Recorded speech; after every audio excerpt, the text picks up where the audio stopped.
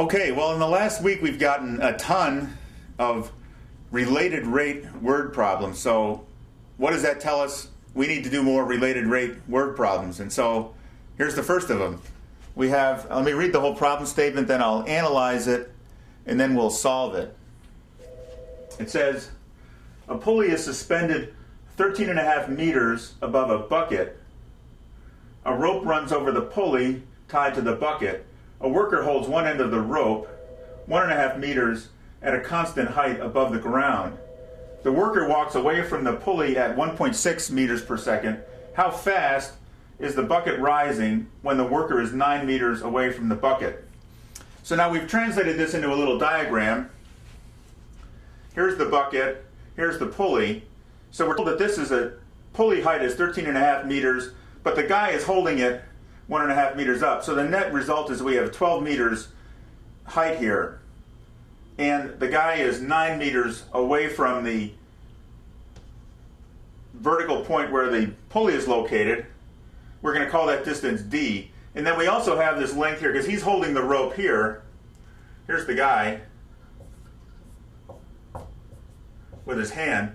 He's holding the rope. We'll call this length of rope L. So now there's a few things that we have to analyze out of the problem statement, and then we have to make some just logical assumptions in life. So the first thing is, what do we know? We know this distance, 13.5, we marked that.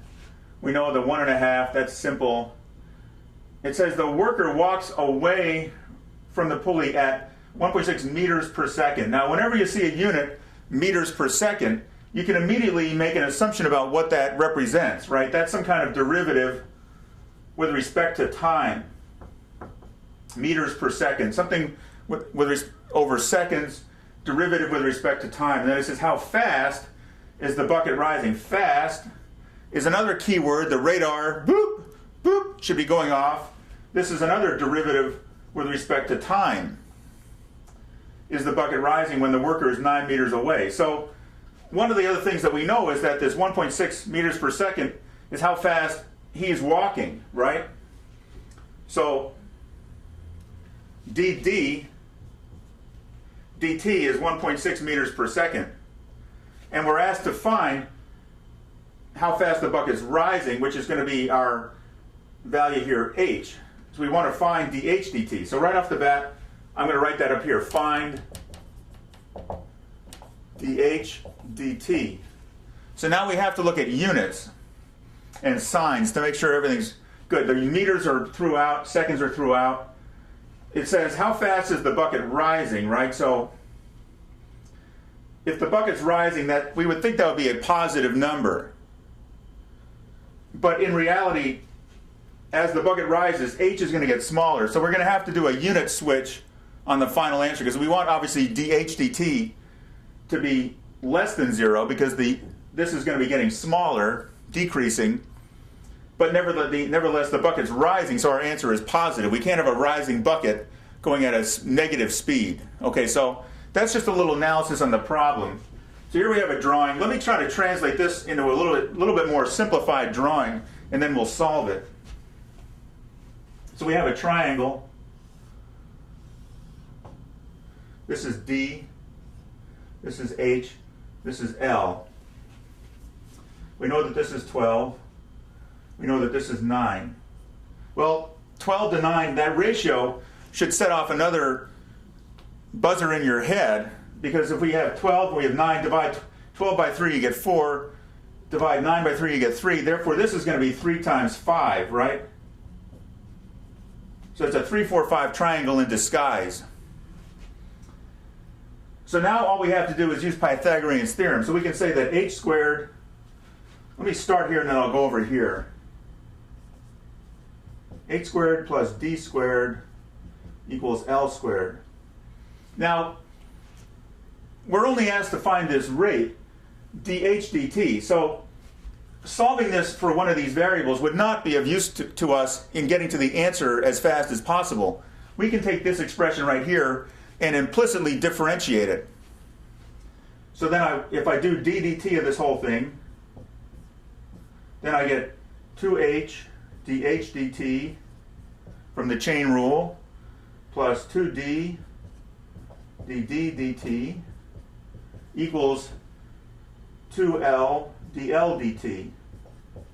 The 2's cancel. Now there's one other thing we don't have is dl dt, right? Nobody told us that, but let's use common sense. It's a bucket attached to a rope. So whatever happens to dh dt is going to be the same as dl dt, except with a sign difference, right? As dh dt gets smaller, dl dt is going to be bigger, getting bigger, because the more of the rope is over here, less of it's over here. So we can observe that dl dt is minus dh dt. And so now we can, in this expression, rewrite it and say h dh dt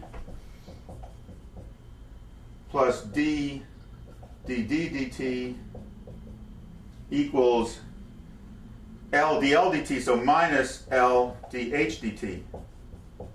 Now all we have to do is solve for dh dt, and we're done.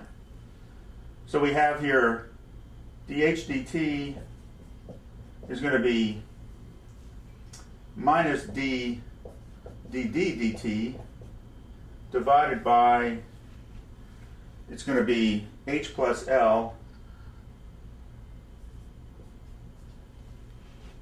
Is that right? So this is minus, that goes over there. Yeah, so this is our final formula. Now let's plug in some numbers. Well, we have d is 9, so we have minus 9 times d dt 1.6 divided by h 12 plus L 15. And then we just have to do some, let's see, 9 times 6 is 54, so this is some negative number less than 1. 12 and 15, let's come up with an approximation here. So 9 times 6 is 54, so this is plus 9 and 5 is, so this is 14.4 over 27 with a minus sign. Now that's what we've got for dh dt, but now remember, the question said how fast is the bucket rising? So the final answer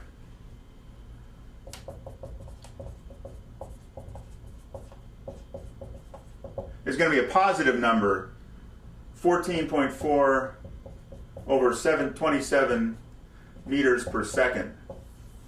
Right, it's positive, even though we got dh dt being negative, which is good because it's contracting, it's getting smaller, the bucket's rising, so we'll represent it in a positive sign. Okay, so as with all word problems, neatness counts, analyzing the language of the problem statement counts, a nice, neat drawing counts, and then you have to use some common sense and obviously generate some derivatives and some differentials that allow you to plug in these various given rates. Okay, send all your problems, solve at midnighttutor.com.